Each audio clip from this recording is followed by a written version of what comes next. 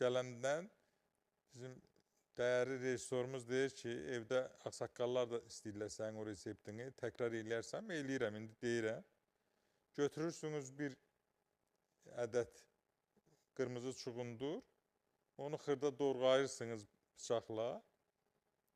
Sonra üzərinə 2 limonun şirəsini sıxırsınız.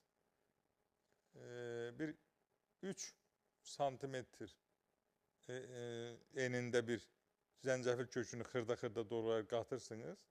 Bunları atırsınız, qoyursunuz blenderə, çəkirsiniz.